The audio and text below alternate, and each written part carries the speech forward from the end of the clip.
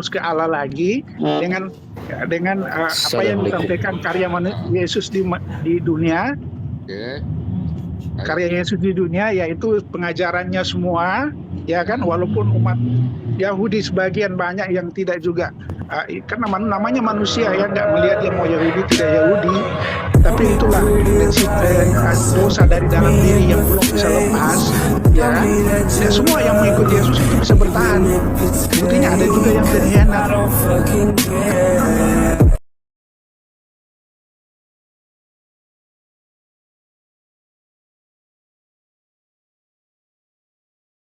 Fokus ke Allah lagi dengan apa yang disampaikan karya Yesus di dunia. Oke. Karya Yesus di dunia yaitu pengajarannya semua, ya kan, walaupun umat Yahudi sebagian banyak yang tidak juga, karena namanya manusia ya, nggak melihat dia mau Yahudi tidak Yahudi, tapi itulah prinsip dosa dari dalam diri yang belum bisa lepas, ya kan. Tidak semua yang mengikut Yesus itu bisa bertahan, buktinya ada juga yang berkhianat. Nah, jadi Yesus dikorbankan ya untuk menebus dosa-dosa kita umat manusia. Tapi begini bang, saya potong lagi bang. Tapi saya kira ajaran para nabi tidak pernah mengajarkan penebusan dosa bang. Bahkan Yesus sendiri tidak mengenal penebusan dosa. Kenapa? Beda pak, nabi beda. Ajaran Anda bisa keluar dari konsep ajaran para nabi, para rasul. Gini Pak, kalau Nabi itu kan menyampaikan kalau Yesus itu Tuhan yang menjelma jadi manusia Pak. Saya kan merujuk ke ini penggenapan ajaran hukum Taurat Pak. Iya betul Pak, menggenapi hukum Taurat. Hukum Taurat tidak mengenal itu Bang. Tidak mengenal penebusan dosa. Iya, tapi hukum kasih yang diajarkan Yesus mengenal itu Pak.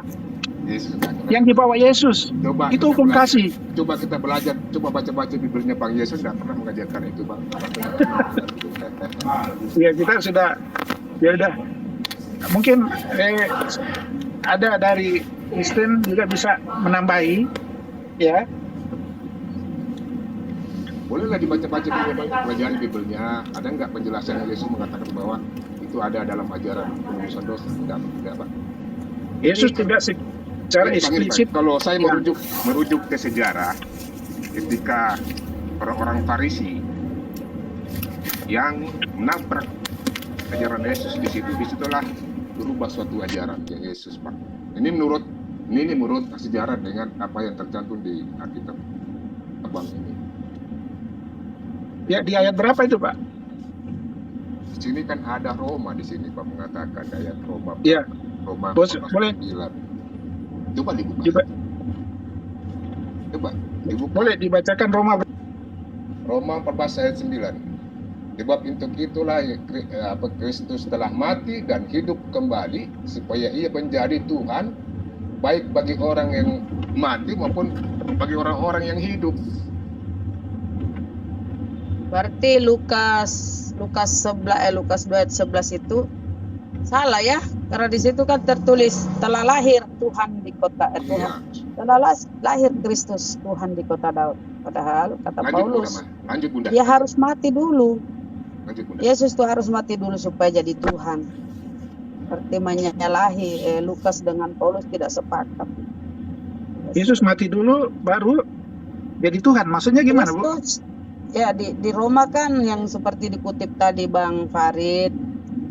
Kristus mati dan hidup kembali supaya menjadi Tuhan. Supaya ia menjadi Tuhan. Nah, dia harus mati dulu supaya bisa menjadi Tuhan. Tapi apa di Lukas 2 ayat 11? Telah lahir Kristus Tuhan di kota Daud. Iya. Berarti berbalik dengan Roma tadi Pak ya. Enggak terus gini Bu, yang Roma itu gini, kalau di Kristen itu ayat Injil itu nggak bisa diambil per ayat Pak. Dia ada ininya di atas Pak, judulnya dulu kita baca secara keseluruhan maksudnya. Jadi nggak terpotong-potong gitu. Seperti orang bicara dipotong-potong itu kan kalau secara umum maksudnya nggak gitu. Dia per ayat itu saling berkaitan Bu. Saling berkaitan. Begini, jadi kita harus tahu dulu dari ayat ke berapa, supaya bisa dipahami. Enggak, Lukas kan dia bilang semenjak lahir Yesus itu sudah Tuhan. Ya. Ya. Oh iya, iya Lukas. benar ya. Nah, sementara Paulus menyatakan bahwa harus mati dulu ini. Mati dulu. Harus Ya. disalib Nah, dulu nih. tapi gini, ini. Yang Bapak buka tadi yang di Roma itu harus ditahu ayat sebelumnya, Pak. Dengan ayat kemudiannya. Nggak bisa diambil secara satu persatu. Terus Karena mana yang ayat per ayat itu saling berkaitan. Oke, baik. Terus lantas mana yang benar, Gitu. Bang? Karena ini muter Karena- di sini ayatnya. Jadi gini, saya harus- mana yang harus dibenarkan ini ayatnya? Jadi saya harus ini Pak, baca dulu dari ayat Roma yang dari ayat sebelumnya, Pak. Kalau begitu saya Begitu. bertanya lagi, Bang. Kalau begitu saya bertanya lagi Begitu. sama Bang. Boleh nggak? Saya Ya. bertanya lagi. Boleh, Pak. Terus kapan Yesus jadi Tuhan? Apakah masih dalam kandungan Bunda Maria? Apakah sudah terangkat? Sudah mati dulu? Kira-kira Yesus. gini pertanyaannya Ya, gini. boleh. Kira-kira kapan Yesus menyadari dirinya bahwa dia itu Tuhan? Dia Tuhan, Kapan ya. dia menyadari dirinya? Iya, menyadari Bahwa dia ya, ini saya Tuhan. garis bawahi. Iya, saya garis bawahi kapan Yesus menyadari dirinya bahwa dia adalah Tuhan. Ya, Itu betul. ya, garis bawah ya menyadari. Sebenarnya tidak menyadari, dia sebenarnya sudah Tuhan, Bu. Ya, karena Yesus ada kata-katanya Yesus, aku adalah Alfa dan Omega, aku adalah awal dan akhir. Hah? Itu Yesus firman mengatakan Tuhan. juga, Itu di Wahyu, itu firman Tuhan. Bang, Iya. itu di Wahyu firman iya Tuhan Tuhan, itu. firman Tuhan. Tuhan Ditulis itu. di situ. Dia ada, bisa nanti dibuka Nah, nanti. kalau Yesus Anda- mengatakan, Kalau Baru- Anda mengatakan Alfa dan Omega, bagaimana kalau Yesus berkata, aku datang dan berasal dari Bapa? Kalau Anda mengatakan itu, Itu bukan adalah kata-kata Yesus. gini, Yesus juga Kata-kata mengatakan, Yesus itu, ada. itu firman Tuhan itu. Kata Ada, Yesus, iya. aku datang dan berasal dari Bapa. Gimana itu? Ya, iya. Tentang Yang datang kata-kata berasal Yesus karena itu dia dari Yesus Allah. berkata. Karena dia dari Allah. Yesus juga ada mengatakan, berarti dia bukan awal. Berarti aku dia dan bukan Allah awal. adalah satu. Yesus ada mengatakan itu. Berarti Aku dia dan Allah bukan adalah satu. Alfa. Dia juga satu dengan murid, Pak. Jangan Nah, salah. Dia juga pernah bilang, Aku juga dia satu bilang dengan sebelum murid. Abraham ada, dia sudah ada. Ada ayatnya. Loh, Salomo itu, Ada ayatnya. Pak. Ya, Salomo Sudah itu jelas, sudah itu ada menunjukkan sebelum bahwa langit dia- digariskan. dia Pak, Tuhan. Salomo sudah ada sebelum langit digariskan. Kata Salomo apa? Aku berdiri di sana ketika langit digariskan. Yang mana duluan itu? Salomo. Ya, sebelum langit diciptakan itu Salomo sudah ada. Bu, lain lagi kalau Salomo. Ini kita bicara Yesus, Bu. Yesus itu ada Iya sebelum kan, ada Bapak Abraham. bilang dia- Bang, kan Bapak bilang sebelum ada Abraham, Yesus sudah ada. Sementara Salomo sebelum langit diciptakan dia sudah ada. Itu bukan bahasa dalam artian memang dia bukan Salomo ini bahasa. istilahnya tokoh dalam Alkitab ya. Kita harus baca dulu secara ininya, bukan ayat per ayat, Bu. Kalau Ibu ambilkan ayat per ayat, kita harus tahu apa yang Kalau dia Bapak maksudkan di bisa, situ. kalau Bapak bisa ambil ayat per ayat, Bapak seenaknya ambil ayat per ayat. Kalau kita nggak bisa, Gini, Sebelum Bu. Ayat Abraham ayat ada, yang Yesus ada itu. ada, dia tetap diciptakan walaupun dia ada sebelum Abraham. Bukan berarti dia yang menciptakan Abraham. Yesus mengatakan juga, Pak, aku dan Allah adalah satu. Ada ayatnya loh. Yesus Ibu satu mau saya dengan buka? murid-murid, Pak. Jadi Dia bukan satu yang murid. dengan Saya bacakan dia ayatnya. Enggak satu cuma dengan Yesus yang Bapa. sebelum Abraham, malaikat juga sebelum Abraham, langit dan bumi juga sebelum Abraham, banyak. Iya. Kata Salomo, aku berdiri di situ ketika langit digariskan, ketika langit diciptakan. Dia sudah ada di sana, Pak, berdiri menyaksikan langit. Yang mana duluan, Pak, kalau Anda Bang. mengatakan.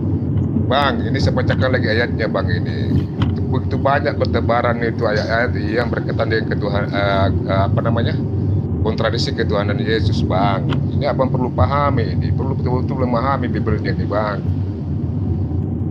Ini dijedah lagi. Ada Pak Bahwasanya Jordan. di sini, Pak Jordan. ini Yesus di Selamat sini. siang, Pak Jordan.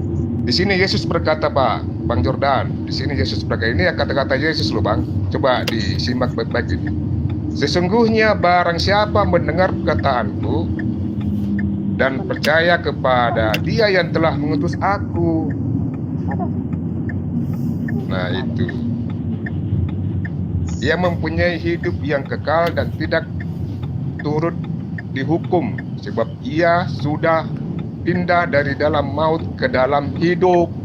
Jadi di sini tidak ada penebusan dosa, Bang Jordan. Di sini Bukan jelas. Jordan yang ngomong, Pak. Bukan Jordan, bukan Oh, Pak Joni, Jordan Joni. yang ngomong. Oh, Pak Joni ya. Jadi di Pak sini Jimmy. harus kita pahami, Bang Jimmy, Coba, bahwa coba. Ya, ya. oke. Coba mana Bibelnya, Bang? Jangan nggak enak kalau saya sendiri yang baca, berarti saya dianggap anu lagi, framing lagi, asumsi lagi, nggak enak, Bang. Sebenarnya gini ya, kalau teman-teman Kristen mau menyadari perkataan Yesus di Yohanes 17 ayat 3 ya, hidup yang kekal itu ialah mengenal Engkau satu-satunya Allah yang benar. Satu-satunya loh Allah yang benar, dan mengenal Yesus Kristus yang Engkau utus. Dalam Islam itu tiada Tuhan selain Allah, dan Rasulullah adalah utusan Allah, yaitu Rasulullah Isa utusan Allah. Itu dia menempatkan Sejalan itu. dirinya.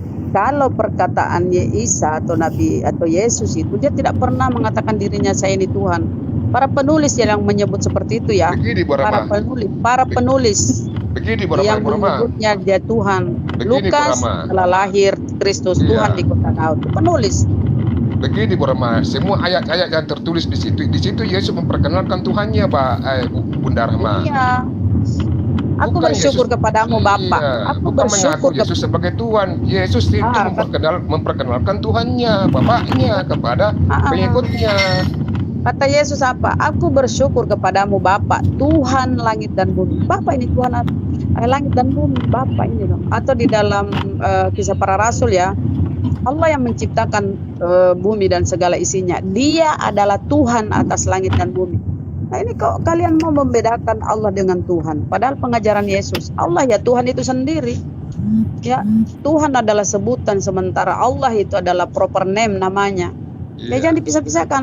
Kalau kamu memisahkan ya saudara-saudara Kristen ya, kalau didengar Pak Yordan ini ya, itu ajaran Paulus yang memisahkan antara Allah dengan Tuhan. Apa kata Paulus ya? Hanya satu Bapa di surga, hanya satu Allah di surga itu Bapa, dan satu Tuhan yaitu Kristus. Nah itu dia memisahkan. Sementara pengajaran Yesus, Allah ya Tuhan itu sendiri, atau Tuhan yaitu Allah. Pak Amir, saya turun dulu Pak Amir ya. Sholat duhur dulu Pak Amir. Pak Amir, saudaraku. Ya. Duhur dulu saya. Bu Rama lanjut, Bu Rama ya. Udah. Lanjut. Mana Bang Farid? Saya Ada pamit itu, Bang. lagi Bang Al, kewajiban Bang Al. dulu. Kewajiban Bang dulu sebentar. Silakan. Bantu dulu. Oke. Ya. Oke, lanjut ya. Bang ya, makasih banyak Bang. Ya, Pak Assalamualaikum. Jordan ini Katolik Warahmatullahi wabarakatuh. Pak Jordan. Bukan Pak Jordan.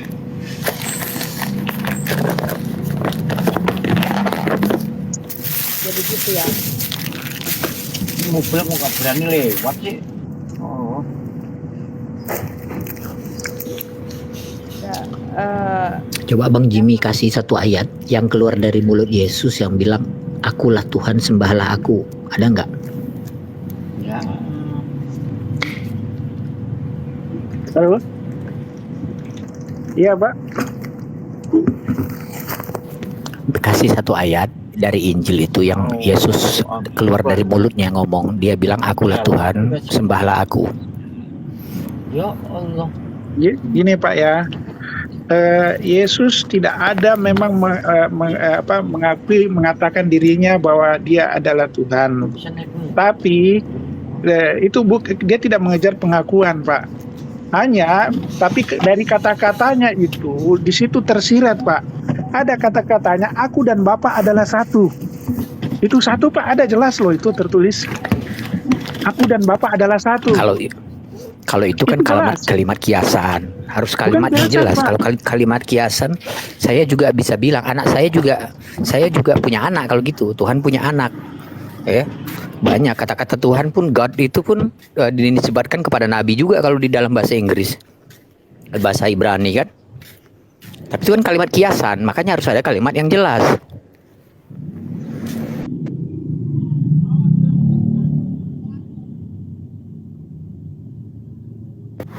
Kalau dalam Al-Quran itu Allah berfirman jelas. Anallah fa'budu ini, atau Allahu Rabbus samawati wal ard. Allah lah langit yang menciptakan langit dan bumi, seperti itu. Minimal Yesus tuh ada ngomong bahwa aku inilah Tuhan, sembahlah akulah yang menciptakan langit dan bumi, janganlah menyembah selain aku. Minimal jelas dari mulut Yesus ya, bukan dari mulut orang yang kalau menurut orang itu klaim-klaim pengikut berarti. Iya. Tuhan itu tidak mau disembah seperti dengan suatu pengakuan, Pak. Ya cukup umatnya saja tahu. Yesus tidak bilang saya adalah Tuhan, sembahlah aku. Dia tidak begitu, Pak. Nggak seperti kita. Ya, saya orang kaya, ya saya hormati saya. Apa itu klaim dari dia? Ya kita Ya, ikuti dia. Tapi Yesus tidak seperti itu. iya, tapi itu klaim Ya. Bapak. Tapi kalau kita menurut klaim dalam Taurat, pengajaran nabi-nabi terdahulu, para ahli-ahli Taurat, itu Tuhan itu jelas. Ya, mereka Tuhan yang satu, Tuhan yang esa. Shema Israel, Elohim Ehad, jelas Tuhan itu satu. Sembahlah Iya. Tuhan yang satu, jelas.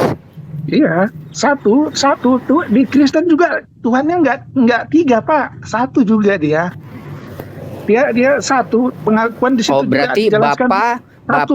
Yesus dan Itu satu. Bapa, Roh Yesus Kudus. dan Roh Kudus satu. Itu satu, Pak. Itu Iya. bukan satu, Pak, itu kesatuan namanya, Pak.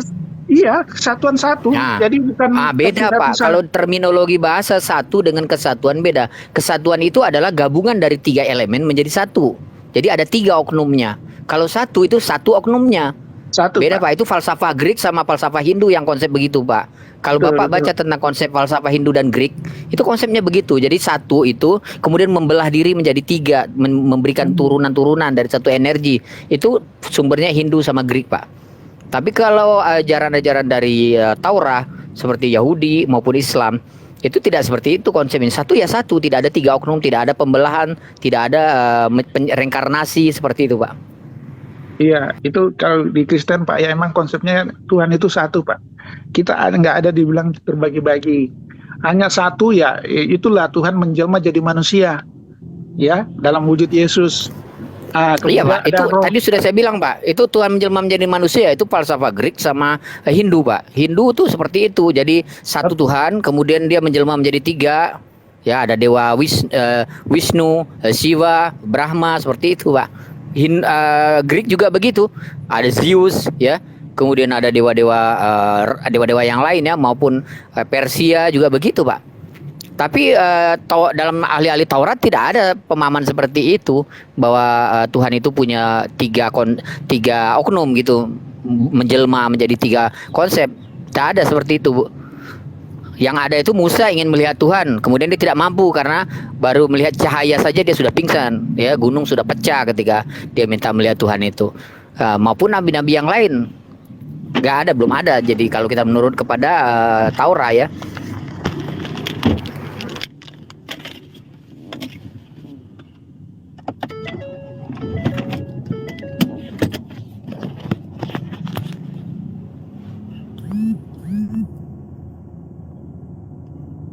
Loh, kemana? Nah, itu ada yang nanya itu Bang Fismoki, bukankah mati itu sifat suatu makhluk? Benar. Jadi kalau Tuhan menjelma menjadi manusia, maka dia mati dalam kondisi manusia, matilah dia gitu. Kalau kecoa, Tuhan jadi kecoa misalnya nih kan, kemudian kecoa kita injak, matilah dia sebagai kecoa. Maka Tuhan pun mati gitu, karena pada dasarnya dia sudah berubah menjadi kecoa gitu. Jadi kalau dia berubah jadi manusia, kemudian manusia itu mati, ya matilah dia, maka Tuhan itu pun mati. Logikanya begitu. Jadi format apa dirinya, ya ketika dia mati dalam format itu, maka matilah dia, kan gitu. Maka itu tidak mungkin gitu, berlawanan sama akal sehat atau ilmu pengetahuan, ya. Ya, kodratnya Tuhan lah, yang maha hidup. Assalamualaikum warahmatullahi wabarakatuh. Waalaikumsalam warahmatullahi wabarakatuh. Lah, Bang Jimmy tadi kemana? Turun ya? Dia persiapan mungkin. Gini, Pak, halo, udah kedengaran? Ya. Dengar. Lanjut. Ya, konsep bahwa Yesus itu adalah Tuhan ada juga loh ternyata di Al-Quran, Pak. Saya ada artikelnya, ya. Ya.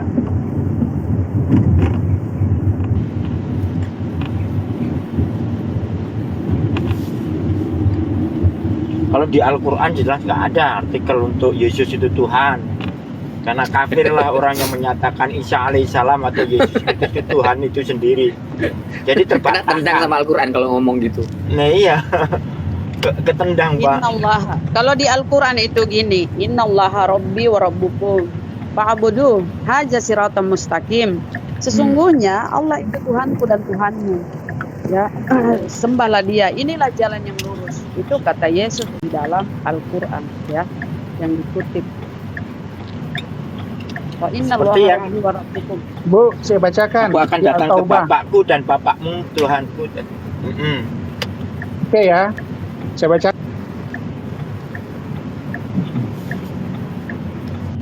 Taubah. Dia mau bilang kalimat Allah itu, Kalimat tuhu. kalimat tuhu. Semua ini Dia kita mau bilang itu. tercipta dari semua kita ini tercipta dari kalimat Allah. Inna ma'amruhu iza arudu syai'a ayyakula lahu kun fayakun. Apabila Allah hendak menciptakan sesuatu, Allah hanya berkata, jadi maka Oke. jadilah sesuatu itu. Iya, saya bacakan Bu ya.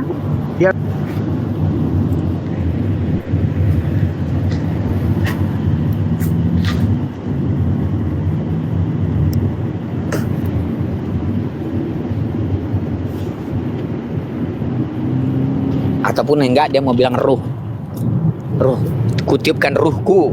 Ya, dia mungkin mau nyebut yang itu dia. Ruh Allah tuh maksudnya ruh yang Allah ciptakan lalu Allah tiupkan, bukan Di dalam- ruhnya Allah yang dalam masuk ke Bible. dalam perutnya Bunda Maria, bukan. Di dalam Bible pun itu ya, rohku tidak akan tinggal diam di dalam tubuh manusia. Karena dia adalah daging ya. Dan umurnya hanya 120 tahun. Itu di dalam Bible. Ruhku tidak akan tinggal diam di dalam tubuh manusia karena dia adalah daging. Umurnya hanya 120 tahun. Jadi semua yang ada di dalam diri kita ini, nyawa kita, ruh kita ini ya kepunyaan Allah. Jadi gimana itu Bu? Jadi selain Allah, ada masih juga disebut di situ itu cetakan Kementerian Agama loh. Apa itu? Baca apa yang mana? Aduh Ibu, saya ulang ya. Oh, kayaknya nggak kedengeran. Nggak ada suaranya, nggak ada suaranya. Oh, nggak ada suara tadi Pak. Oh, dia keluar dari ini. Nggak ada suaranya Pak, Bapak keluar. Halo. Nggak ada suaranya. Surat apa? Bapak nomor tulis berapa dulu, biar baru dibaca? Bapak bacakan. Bapak jangan keluar, nggak kedengeran. Oh gitu ya. Sebentar Pak. Ya. Kita udah tahu apa yang akan ditulis dia itu. Jordan nggak ngomong nih Pak Jordan. Pak Jordan enak. Bukan enak apanya, maksudnya enak jajak dialog. Nggak kayak Edis deh kalau ngamuk.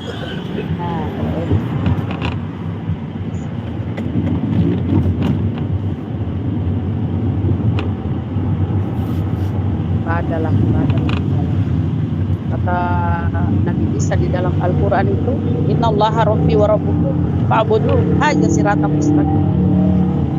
Sungguhnya Allah itu Tuhanku dan Tuhanmu, sembahlah Dia. Inilah jalan yang lurus.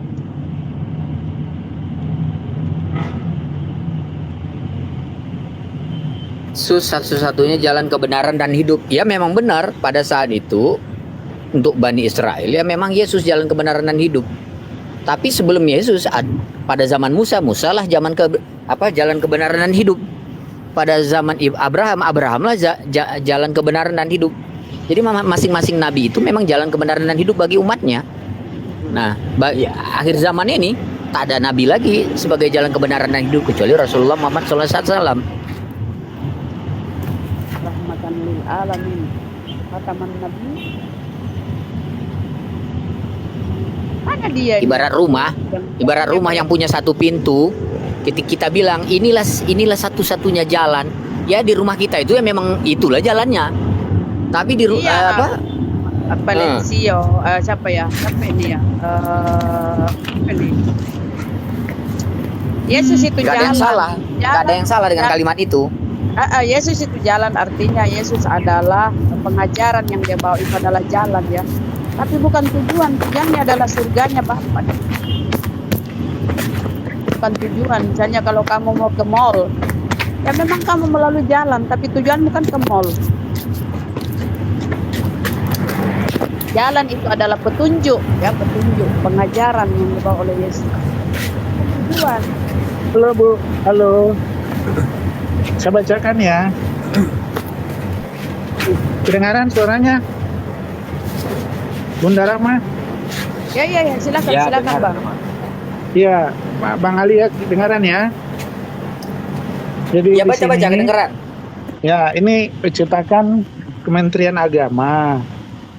Berbunyi, mereka menjadikan orang-orang alim dalam kurung Yahudi dan rahib-rahibnya dalam kurung Nasrani sebagai Tuhan selain Allah, dan juga Al-Masih putra Maryam, dan juga Al-Masih putra Maryam.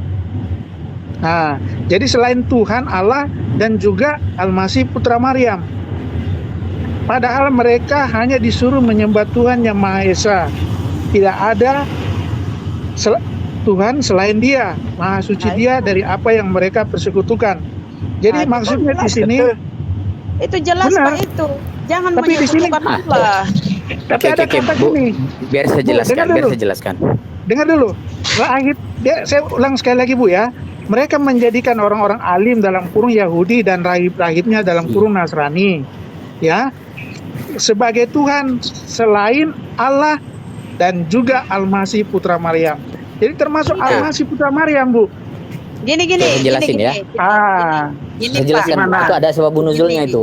Nah, orang-orang zaman dulu ya, dia rahib-rahib atau para ahli-ahli kitabnya itu dia lebih Dianggap sebagai apalagi Tuhan. terhadap Isa, iya.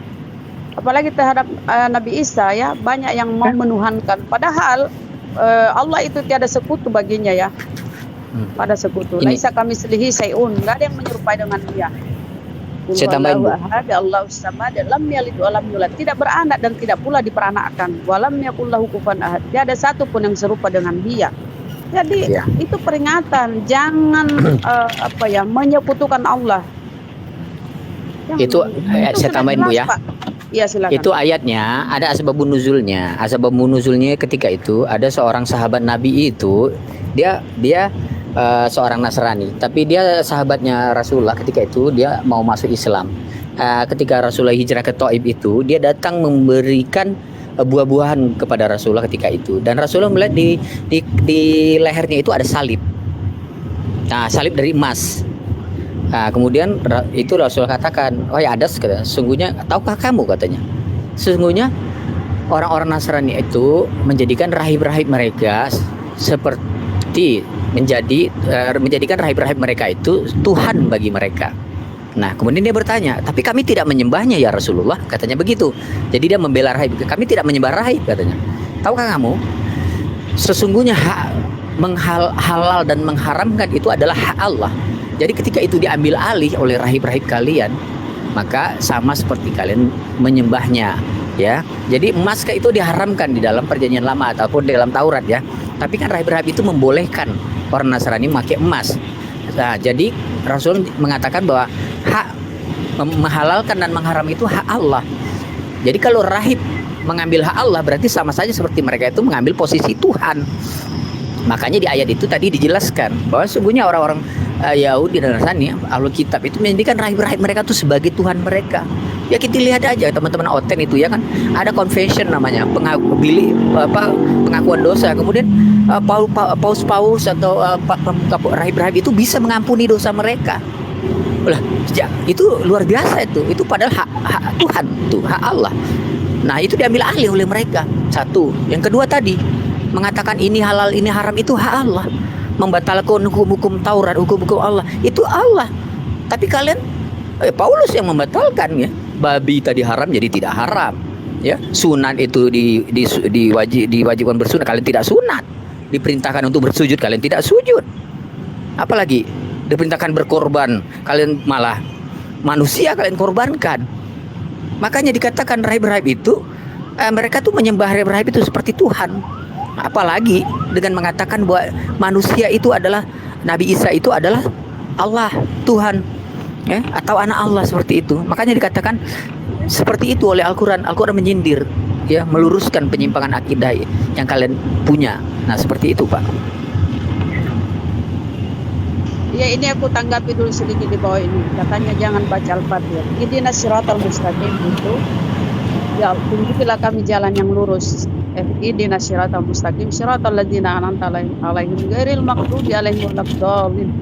Yaitu jalan orang-orang yang Engkau beri nikmat, bukan jalan orang-orang yang Engkau murkai. Artinya apa? Ya, bisa saja pagi ini kita beriman, terus sore harinya kita misalnya lupa diri lah ya. Makanya kita itu dalam sholat, setiap sholat kita diwajibkan baca Al-Fatihah. Al-Fatihah itu kita selalu minta petunjuk dari Allah supaya kita jangan sampai kita terlupa ya, jangan sampai kita jadi zolim segala macam ya. Kita selalu memohon petunjuk, tunjukilah kami jalan yang lurus, yaitu jangan titik di situ ya, yaitu jalan orang-orang yang Engkau beri nikmat, bukan jalan orang-orang yang Engkau sesatkan, atau bukan jalan orang-orang yang Engkau murkai. Nah itu di situ, jangan cuma membaca ihdinas siratal mustaqim, tunjukilah kami jalan yang lurus, tapi di situ ada koma ya, yaitu jalan orang-orang yang Engkau beri nikmat.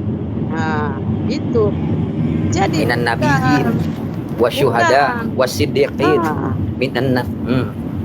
bukan yang kan katanya dia bilang sudah kalian baca Al-Fatihah lagi sudah ngikut Yesus itu membawa pengajaranku bukan berasal dari diriku tetapi dari Dia yang mengutus aku ya. Firman yang telah aku sampaikan kepada mereka dan mereka telah menerimanya. Jadi Yesus itu penyampai firman.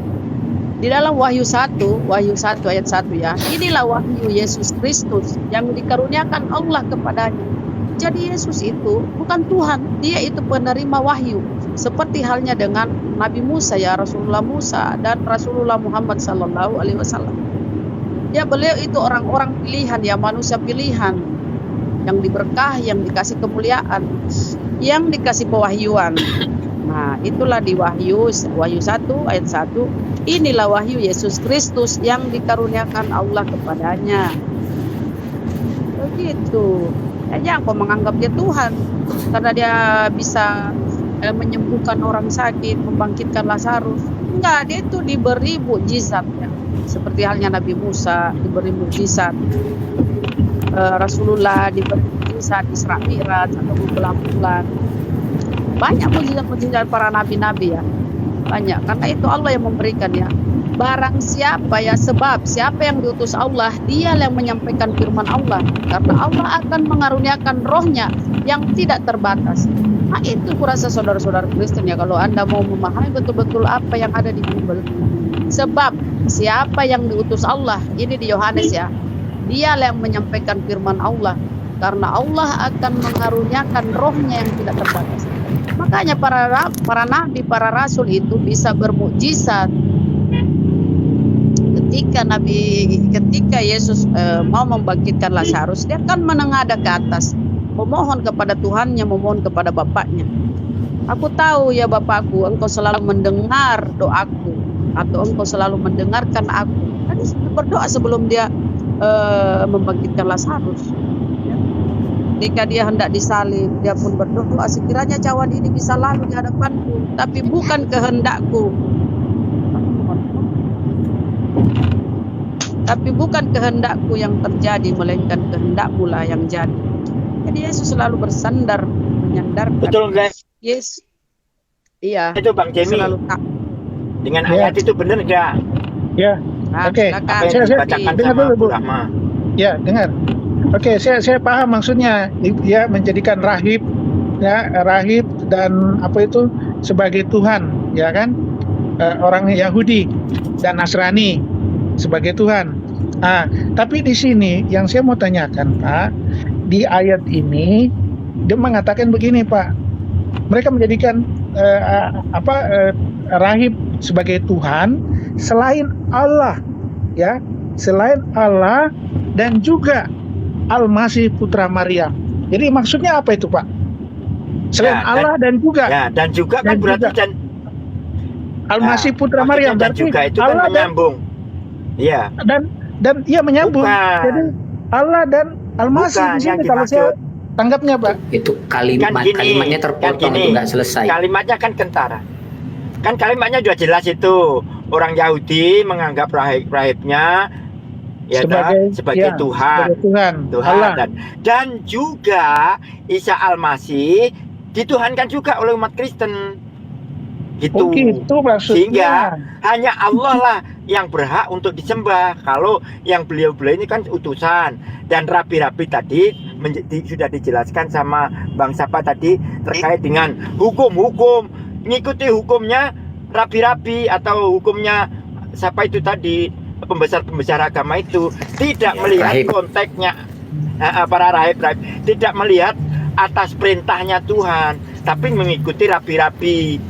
Lebih besar yang diikuti rabi-rabi daripada firman Tuhan. Itu yang dilakukan jadi oleh rabi Yahudi. itu merubah yang Tuhan haramkan mereka halalkan, seperti itu, seperti emas kan yang dipakai orang Kristen, padahal kan haram bagi orang Kristen untuk pakai emas, tapi rahibnya bilang boleh. Itu babi haram Dan boleh. juga Yesus dan juga Isa alaihissalam dijadikan Tuhan itu. Ya, Itu jadi kalau maksud orang ayat Yahudi itu. Jelas menuhankan kok ya. rabi-rabinya, orang Nasrani menuhankan Isa, Yesus, maksudnya begitu Pak. Jangan Itu dipisah kalimatnya. Maksudnya. Karena dan juga itu dari sambung itu. Karena dikutip rabi-rabi Yahudi dan Nasrani lah. Nah, kalau Yahudi mempertuhankan para rahib-rahibnya, kalah dengan firman Tuhannya dibandingkan dengan rabi-rabinya itu. Sedangkan umat Kristen menuhankan Yesus. Itu yang tidak diperbolehkan di dalam keislaman atau di dalam ajaran Tuhan. Itu maksudnya gitu Pak. Jelas kok ayat itu. Enggak istilahnya enggak tersembunyi. Silakan lanjut. Al-Quran itu mudah dipahami, nggak ada kontradiksi, kalau Al-Quran mudah dipahami, elegan dan pokoknya banyak lah. Selamat siang. Beda dengan Bible kan? Selamat Bible siang. antara satu tempat dengan tempat lain saling kontradiksi, kadang bertabrakan. Satunya bilang 700 pasukannya, satunya bilang ini, beda lah. Kalau dalam Al-Quran nggak ada. Coba cari kalau ada kalian nemukan kontradiksi di dalam Al-Quran. Buka Al-Quran tuh baca 114 surah itu, cari. Satu Iya, Bu, kata saya mau pun tanya. tidak ada kontradiksi. Ini Bu, saya mau tanya. Di Al-Quran kan itu, Silakan Bang. ya gini Bu, saya mau tanya. Di Al-Quran kan itu kita pahami kitab suci yang sempurna ya. Betul Bu ya? Ya silakan. Ya. Kitab suci yang sempurna. Hanya setelah aku ada lihat khotbah juga, ustadz juga, dia profesor juga, dia mengatakan justru Al-Quran itu tidak sempurna juga menurut dia, karena dia punya alasan, karena di dalam Al-Quran itu dibolehkan perbudakan. Terus? Dibolehkan perbudakan, sedangkan kita kan tidak mengakui perbudakan, itu kan dosa, nggak boleh ya. Tapi di Al-Quran katanya dibolehkan perbudakan. Konteksnya apa dulu Pak? Konteksnya apa dulu? Ini Al-Quran itu kan turunnya bertahap.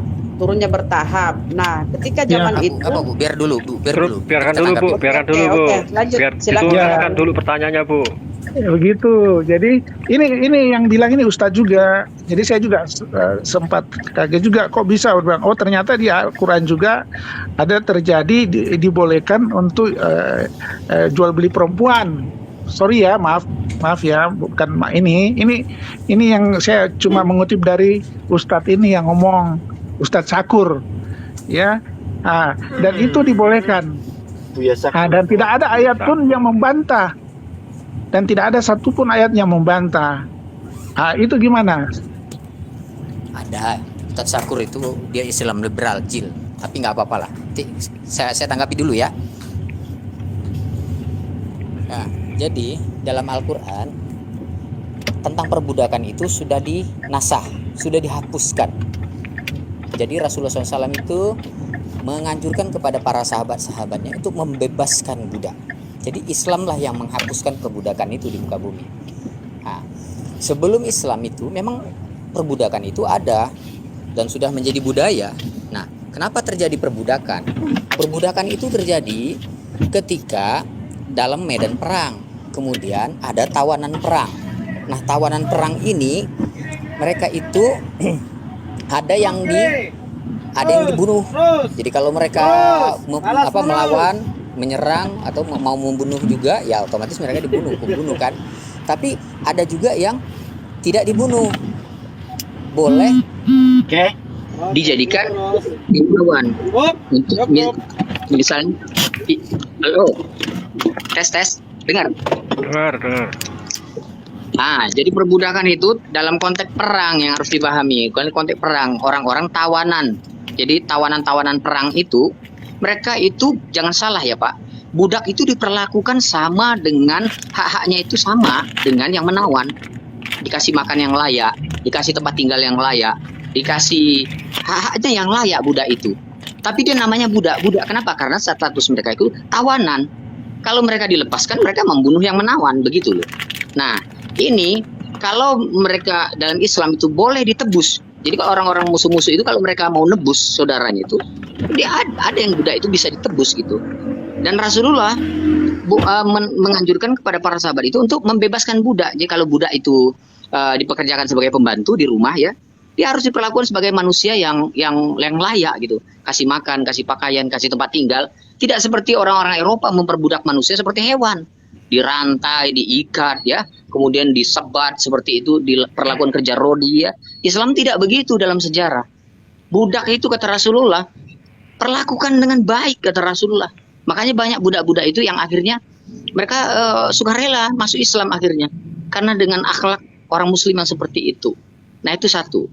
Nah, budak juga itu jadi ayatnya itu pada masa-masa sebelum masa perang ya, sebelum Islam itu sempurna, dan itu sudah dinasah, ada yang sudah dinasah ya.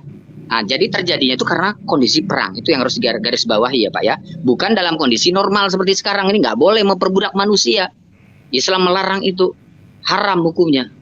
Tapi itu dalam kondisi perang dulu ya. Oke, lanjut Pak. Ya, saya mau tanya, ada nggak ayatnya yang melarang? Ada. Habislah hadis. Ya. Ada hadis-hadis yang melarang perbudakan ya. Iya, ada. Melarang. Ya, silakan nih teman-teman, ada yang bisa bacakan tolong. Bentar. Loadingnya Saya lagi di pinggir toilet pula posisinya ini. Bentar, nanti aku carikan dulu. Ya, Rasulullah menyuruh ya membebaskan budak. Salah satu budak-budak Rasulullah itu ada namanya Bilal bin Rabah. Bilal bin Rabah itu dia bekerja di keluarga Rasulullah dari zaman sebelum Rasulullah ada. Ya, jadi sebelum Islam perbudakan itu sudah ada di bangsa Arab. Tidak hanya bangsa Arab, seluruh dunia ya. Nah, jadi budak-budak itu dari sebelum Rasulullah jadi nabi, mereka udah ikut di keluarga nabi. Dan kemudian mereka bersyahadat masuk Islam. Seperti Abu Rafi misalnya. Abu Rafi itu budak Rasulullah dari zaman pamannya Rasulullah, dia budaknya. Kemudian dia ikut kepada Rasulullah. Jadi sebelum ada Rasulullah jadi nabi, budak-budak itu sudah ada di keluarga bangsa Arab itu. Begitu loh Pak. Jadi itu harus dipahami. Itu satu. Yang kedua tadi, budak-budak juga dari peperangan. Ya, jadi orang-orang yang ditawan itu bisa statusnya dipekerjakan sebagai budak. Jadi ada yang dibunuh, ada yang ditahan, ada yang dipekerjakan sebagai pekerja ya, seperti karyawan, misalnya dia disuruh menerjemah kitab atau bertani atau apa ya, seperti karyawan. Ada yang jadi budak. Nah, statusnya seperti itu. Nah, itu beda-beda Pak. Ya silakan bacakan Kang. Ya, sebelumnya mau saya tambahkan dulu. Itu Wak Jimmy ya, yang azan, pencetus azan, pemanggil sholat itu untuk bagi orang-orang muslim itu, beliau adalah seorang budak pada awalnya, namanya Bilal bin Rabah. Dia adalah budak yang kemudian dia diperlakukan dan disiksa oleh pemiliknya. Ketika Islam datang, kemudian dia tertarik dengan ajaran Islam. Kemudian dia berani melawan tuan yang menyuruh menyiksa siapa itu, Zaid bin siapa itu, yang kemudian dari situlah akhirnya Bilal bin Rabah yang awalnya Islam kemudian dibeli oleh salah satu orang Muslim yang agak kaya. Dibeli dia, kemudian lama-kelamaan akhirnya dia dibebaskan. Nah, pada intinya Islam itu juga melarang perbudakan akhirnya, dan akhirnya di sini di ayat ini nih, waladina yabtagul. Nah, ini saya artikan saja ya. Budak-budak itu milikmu, yang menginginkan perjanjian, hendaklah kamu buat perjanjian dengan mereka. Jika kamu mengetahui ada kebaikan bagi mereka, dan berikanlah kepada mereka sebagian dari harta Allah yang dikaruniakan olehnya kepadamu. Ini sebenarnya semangat pembebasan budak yang disuarakan Al-Quran itu merupakan akhlak Islam. Ini nanti setelah ini akan saya carikan bukti konkretnya ya. Kalau ini cuma seperti isarah-isarah saja atau tanda-tanda bahwa perbudakan itu harus dilarang. Dan dalam Islam sendiri akhirnya perbudakan itu dihapuskan karena tidak sesuai dengan ajaran kasih lah, seperti yang ada di Islam. Bukan hanya saudara-saudara kita yang di Nasrani, ajaran kasih yang selalu didengung-dengungkan, di Islam juga begitu. Sementara itu dulu saya akan carikan hadis atau dalil yang lebih akurat. Jadi sekali lagi, perbudakan itu bukan dari Islam. Dari zaman sebelum Islam sudah ada perbudakan. Justru Islam datang itu untuk meluruskan, membebaskan budak. Seperti itu, Pak. Betul, Pak. Ya, saya percaya. Memang di Injil juga ada. Jadi zaman Nabi, sebelum Nabi Muhammad, sudah ada, Pak. Kalau kita mau lihat di kitab Kejadian itu, kalau maaf di Injil ya, halo, Ya. dengaran ya, kisah Nabi Ibrahim, ya. Nabi Ibrahim kan punya 2 istri, ya, Sarah dan Hajar. Kalau di Injil, di situ Hajar itu budaknya ini Sarah. Pada saat Sarah dan Ibrahim tidak punya anak, ya, dia sudah umur tua, terus Sarah mengambil budaknya Hajar untuk Itu disentuh. solusi, termasuk solusi poligami itu Pak, itu solusi. Itu untuk disentuh. Dianjurkan Ya. berpoligami supaya ada keturunannya itu. Saya izin sholat Supaya ada keturunan. Jadi, tapi jelas di Injil mengatakan bahwa Hajar itu budaknya Sarah. Akhirnya Ismail. Itu. Kalau kita saya kutip dulu Yeremia Pak ya, Yeremia 8 ayat 8 ya. Bagaimana mungkin kamu berkata kami bijaksana dan mengikuti Taurat Tuhan? Sesungguhnya pena palsu penyurat telah merubahnya. Jadi kita jangan terlalu berharap dengan apa yang ada di Bible ya. Pena palsu penyurat telah merubahnya. Yeremia berapa Bu tadi? Yeremia 8 ayat 8. Yeremia 8 ayat 8. Bagaimana mungkin kamu berkata kami bijaksana dan mengikuti Taurat Tuhan? Sesungguhnya pena palsu penyurat telah membuatnya menjadi bohong. Jadi ya ini Bu, bisa nggak dibacakan ayat sebelumnya supaya kita bisa paham? Karena ke situ Pak, kan aku cuma karena itu kan diambil sepotong-sepotong Bu. Tentang yang disebut budak itu karena apa? Hagar itu anak raja Mesir ya, dia itu anak raja Mesir. Cuma ada ayatnya Bu bahwa mengatakan minimal hadis mengatakan Hajar itu anak raja Mesir. Ada nggak hadisnya? Iya, kalau kita telusuri itu ada. Cuma aku lupa apa ya. Coba kan Google kan sekarang sudah canggih, bisa langsung muncul. Coba Ibu. Cuma satu perangkat ini Pak ya. Tapi aku pernah baca literasinya bahwa Hajar ini sesungguhnya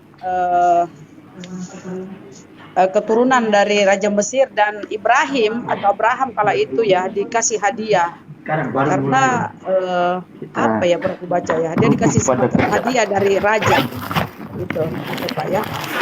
Coba di hadisnya Bu supaya kita bisa lihat Dan sama-sama. perlu teman-teman Kristen ketahui ya, yang pertama ditemui oleh malaikat itu Hagar itu. Yang pertama ditemui malaikat Hagar itu ya, ketika dia diusir terus ke dekat sumur, dan ketika pula diusir dan Abraham merasa nggak nyaman ya, Abraham merasa marah, nggak nyaman.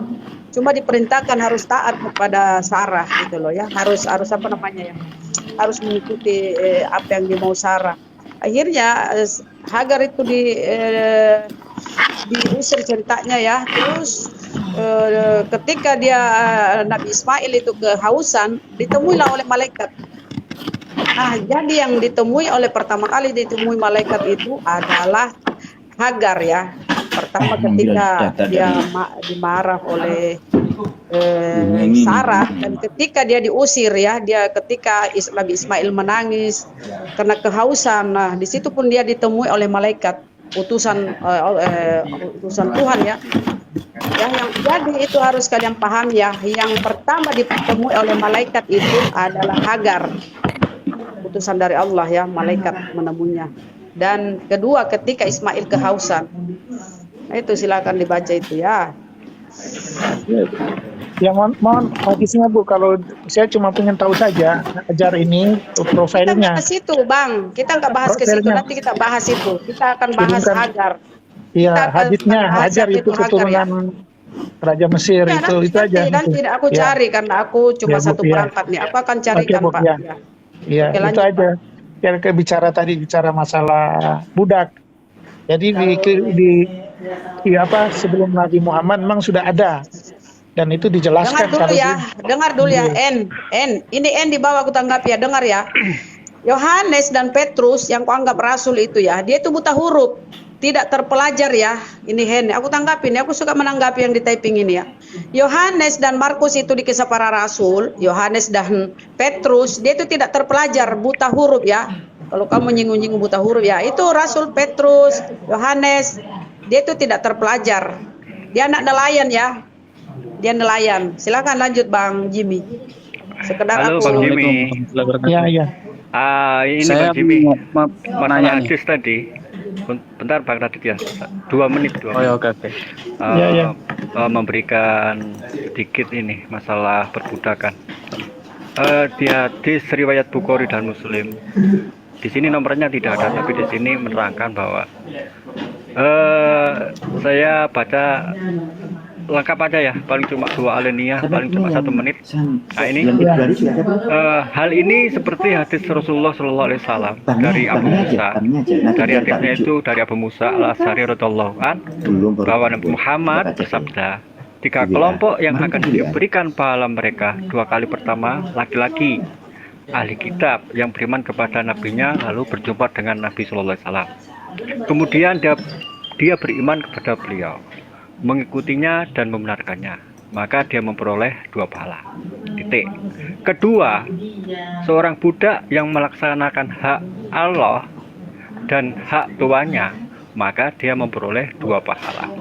Dan ketiga, seorang laki-laki yang mempunyai budak wanita, lalu ia memberi makanan, pendidikan, dan pelajaran yang baik, kemudian ia membebaskannya, dan menikahinya, maka ia memperoleh 2 pahala. Nah, dari sini sudah bisa dicerna ya, bisa dicerna bahwa meskipun tidak secara keras kata-katanya, tapi di sini sudah bisa diartikan bahwa apabila kaum muslimin mempunyai seorang budak, dia mau membebaskannya atau bahkan dia mau menikahinya agar mendapatkan keturunan, maka dia akan mendapatkan 2 pahala. Nah, ini bukti bahwa mungkin dalam Quran mungkin akan sulit ditemukan, kan terbatas ini Pak ya. Kemampuan saya terbatas, dan di sini beberapa hadis itu adalah perkataan Nabi Muhammad ya. Jadi kadang-kadang di Quran itu kita sulit memahami, kemudian diterangkan oleh Nabi Muhammad. Nah, kata-kata perilaku atau tuntunan atau ajaran Nabi Muhammad itu disebut dengan hadis, Pak. Dan Islam atau orang Muslim itu menjadikan hadis itu sebagai sumber, Pak, ya, sumber pelajaran, sumber tuntunan atau bahkan cara ibadah, cara membasuh kaki pun kita mencontoh dari beliau-beliau sampai ke akar yang paling sono itu ya dari Nabi. Jadi nanti perkataan Nabi diberikan kepada siapa sampai hari ini. Nah, itu masih utuh, Pak. Jadi tidak ada asumsi. Kalau di Islam itu segala sesuatu itu pasti ada dasarnya, pasti ada sumbernya, pasti ada dalilnya. Tidak bisa orang itu berasumsi secara bebas, tidak ada. Dalam Islam itu tidak ada seorang Muslim pun yang berasumsi secara bebas, terlebih-lebih dalam urusan ibadah. Pasti ada dasar tuntunannya, Pak. Mungkin dimulaikan dulu Pak Jimmy. Silakan yang lain. Ya. Assalamualaikum, saya Radit. Di sini cuma mau bertanya aja sih. Nah, di sini mayoritas agamanya apa saya? Kristen atau Islam nih? Saya sih Islam ya. Pak Jimmy tadi sepertinya Kristen. Tujuan di sini buat grup ini tujuannya apa? Coba dijawab. Host tadi apa? Ya, jawab dulu. Siapa aja yang bisa jawab, gak apa-apa. Jawab aja. Tujuannya membuat grup ini, tujuannya untuk apa? Bincang-bincang ya. Bincang-bincang. Berdebat. Nah, kalau saya sharing Pak, sharing aja, kita kan banyak ya itu. Ini karena di Kristen kan belum tentu Islam tahu. Kemarin saya ada dengar itu orang Islam dan berdebat, Pak. Ya. Kan malu. Sudah dewasa ya kan. Seseorang yang dewasa punya pikirannya kan masing-masing kan. Kenapa sekarang kan zamannya canggih? Nggak perlu nggak usah dinaikin yang kayak gitu. Sebaiknya ya gimana ya, lo kadang-kadang kan gini kan, kalau orang itu sharing itu kan bagus juga kan, sharing agar tidak ada, misalkan gini, di negara kita itu kan negara heterogen kan, bermacam-macam suku dan agama. Ketika satu agama mengetahui ajaran agama lain, ketika kita masuk ke daerah tertentu, nah, kadang-kadang kita kan bisa iya, betul Pak, gitu ya, kita paling nggak kan gitu. Tata caranya ya benar ya. Nah, tata cara paling gitu. Ya. Minimal itu dulu. Jadi ketika kita masuk ke, misalkan ya, saya itu Muslim. Kira-kira kalau ke yang non Muslim itu kira-kira itu kita itu harus seperti apa? Gitu kan. Apakah harus seperti ini, begitu? Paling nggak itu seperti itu. Iya. Kalau saya setuju sih Pak, nggak ada masalah sih sharing cerita-cerita. Saya juga bisa tahu dari umat Muslim begini, ya kan kadang kan cuma sepotong-sepotong. Ya dari Kristen juga ya mungkin cuma sepotong, ada juga penjelasan yang lebih sedikit paham. Jadi ya itu seperti hukum kasih. Kalau Kristen begini, ya di Islam begini, ada kasih juga. Islam membawa damai, saya percaya Pak. Hanya orang-orangnya, oknum-oknum ini yang terkadang yang tidak sesuai dengan pengajaran. Padahal dia membawa nama-nama agama itu Pak. Di Kristen juga begitu. Saya juga nggak suka. Ini karena kita diajarkan kasih, nggak boleh kita saling membenci, saling ini. Bahkan Tuhan mengajarkan kasihilah musuhmu Pak, kasih kekasihmu kalau yang pergi kananmu. Besok lagi dicuci sama orang rumah.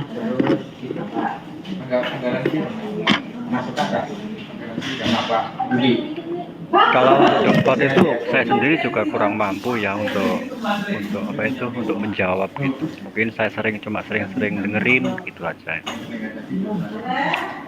Kalau masalah ya kalau tiap agama, tiap pemeluk agama itu kan punya fanatisme sendiri. cara fanatisme sendiri seperti apa ya. Kecuali kalau nanti urusan dakwah sudah lain lagi gitu. Di tiap-tiap agama juga mengandurkan kita itu harus menyiarkan agama. Itu tidak bisa dinafikan, tapi dengan cara yang damai. Kalau sudah orang mempunyai agama, kita nggak patutlah memberi agama. Kalaupun dia tanya, baru kita memberi jawaban. Kalau dia nggak tanya, ya biarin. Kalau dia nggak musuhin, ya puji Tuhan atau alhamdulillah. Kalau kalian musuhin, ya mengapa kok musuhin? Tuh. Betul.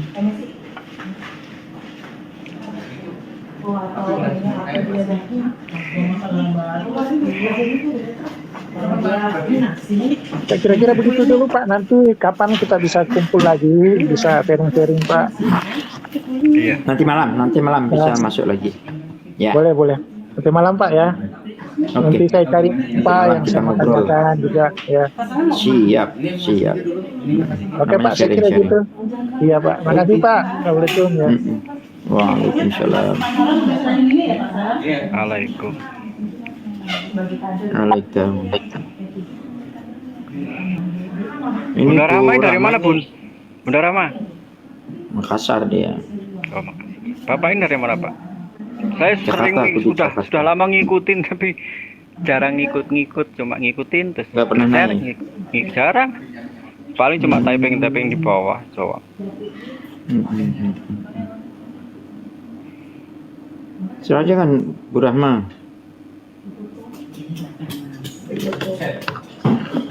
Mana?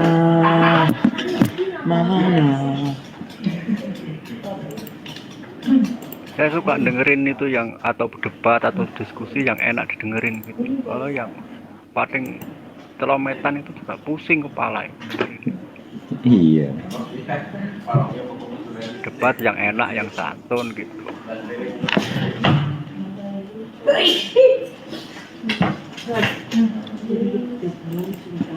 Iya, selama 10 bulan. Ya kan? Iya, gitu ya. Iya. Itu kemarin berapa kali? Baru satu ya? Ini belum ada yang naik lagi ya? Sama ini. Mungkin gini Pak, tak tutup dulu aja ya karena ini dari Oke. Ya mau mandi. saya tutup dulu. Ya monggo. Bu Rahma, tak tutup dulu Bu Rahma ya. Di yang di bawah Jawa di sana. Wabillahi taufiq wal hidayah. Wassalamualaikum warahmatullahi wabarakatuh. Waalaikumsalam. Buti mati mana? Nanti malam ya. Ini aku lagi di tempat kerja sebabnya. Ini ada buat Bu Watimena. Nanti malam masuk lagi Bu Wati. Oke. Assalamualaikum.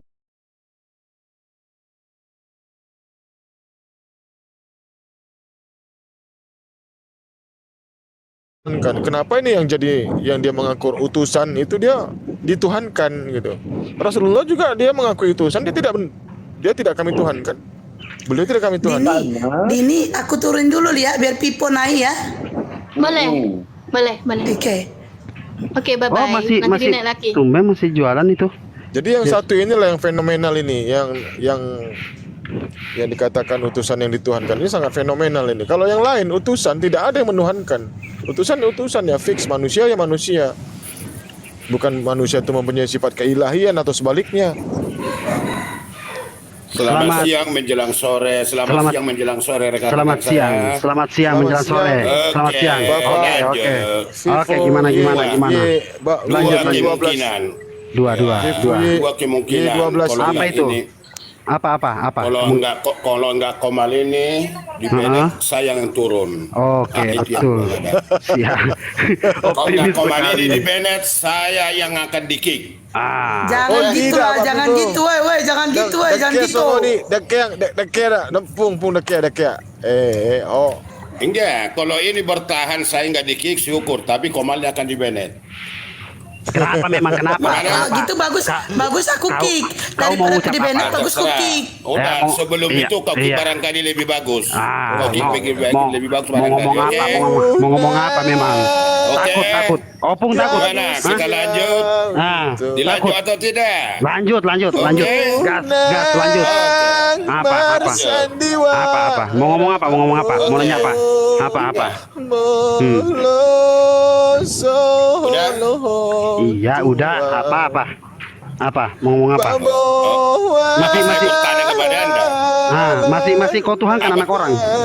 Bukan, apa saya mau bertanya kepada Anda tentang Quran Anda? Ini saya bertanya. Bukan, apa saya? Enggak, mau apa Anda katakan? Saya bertanya kepada Quran Anda. Ya, bisa? tadi Anda telat, makanya saya tanya duluan. Enggak, bukan telat atau tidak. Saya bertanya, kamu katakan tadi apa. Maka saya bertanya kepada Anda.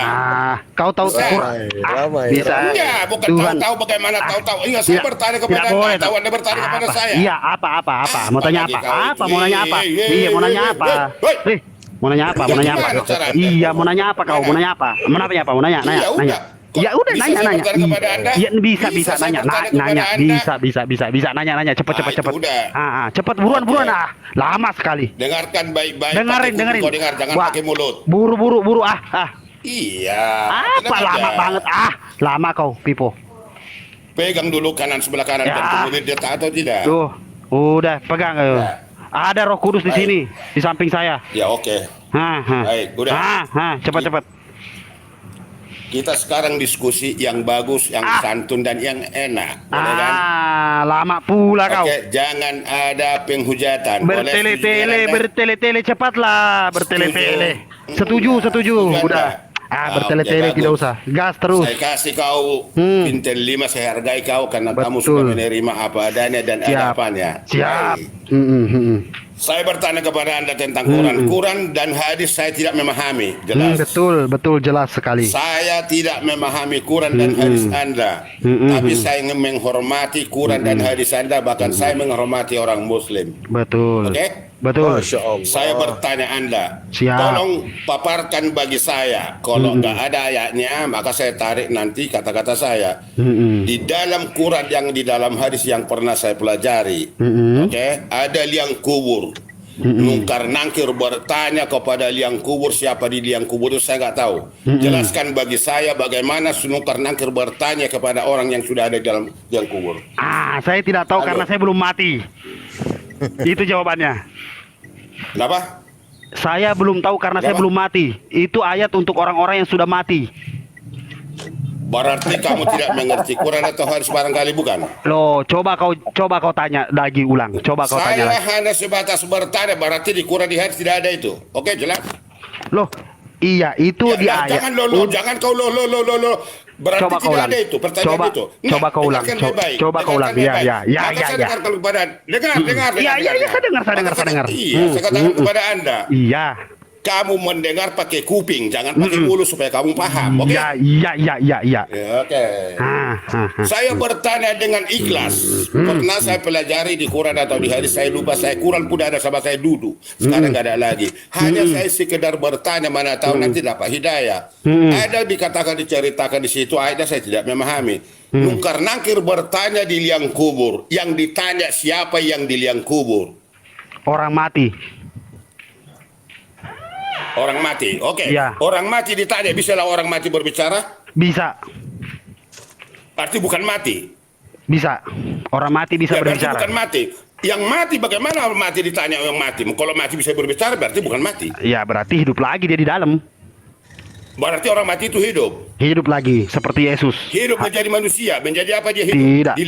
Menjadi mayat dia. Menjadi mayat apa hidup. dia di dalam menjadi kubur, mayat. dalam kubur Menjadi apa? menjadi hanya. Mayat menjadi itu mayat. ditanya. Mayat itu ditanya. Ya, mayat betul. itu ditanya. Betul.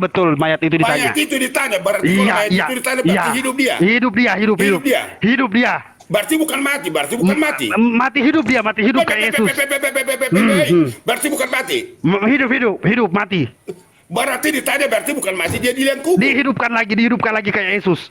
Oh, dihidupkan. Dihidupkan lagi. Dihidupkan bisa ditanya-tanya.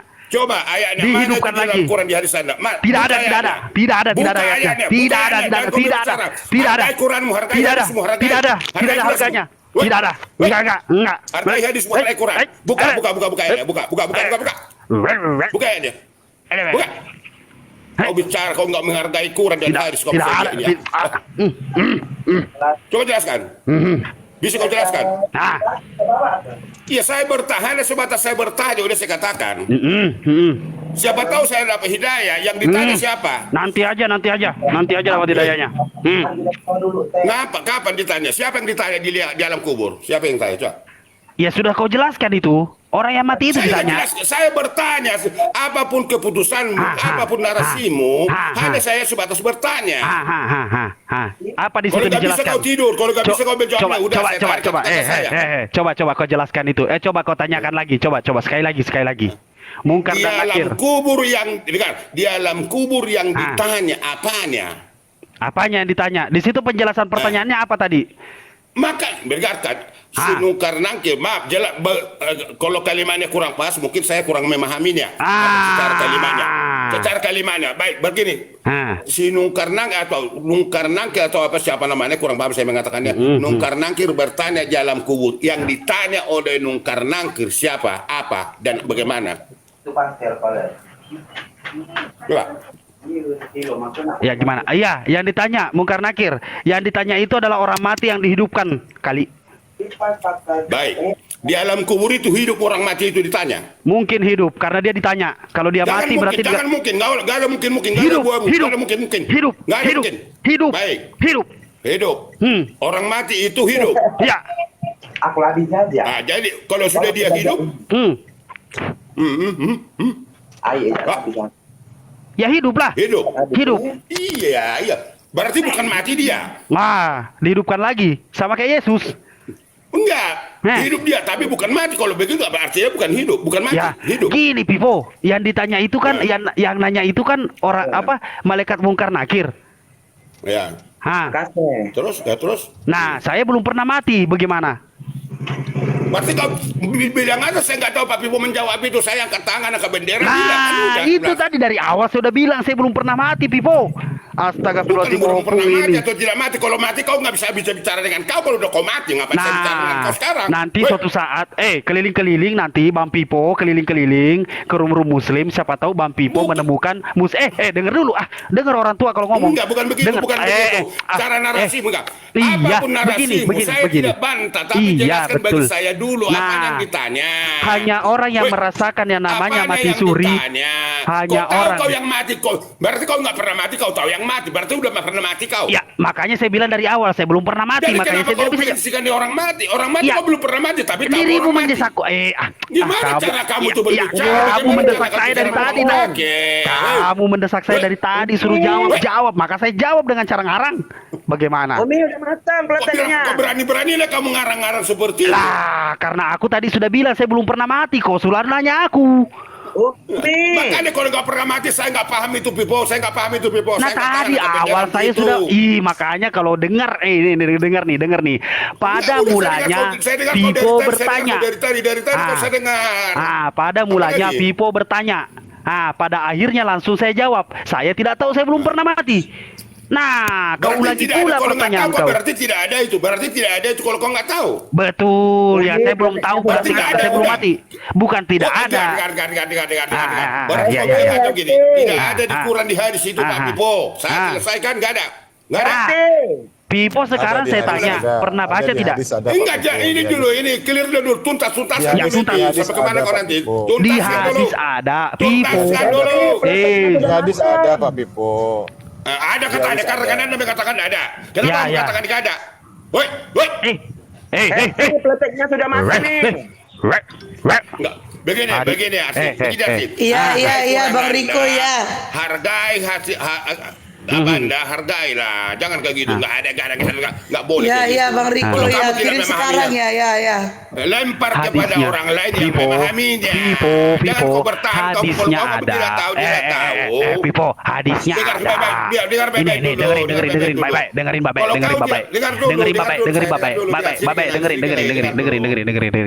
dulu.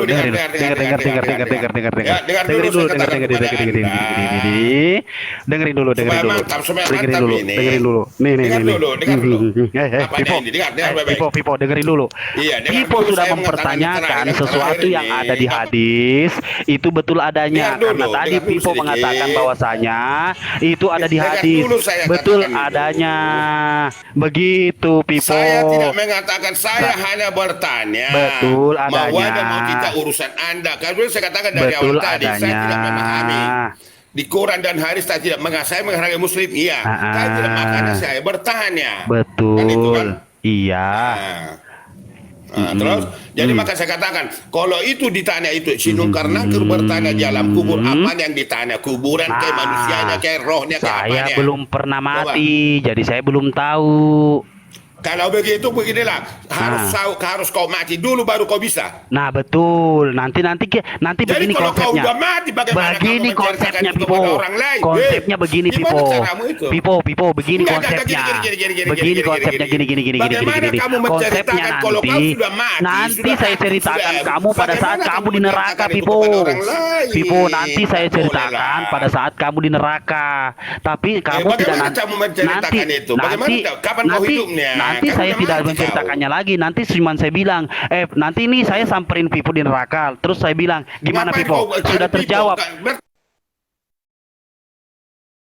Terjawab. Terjawab.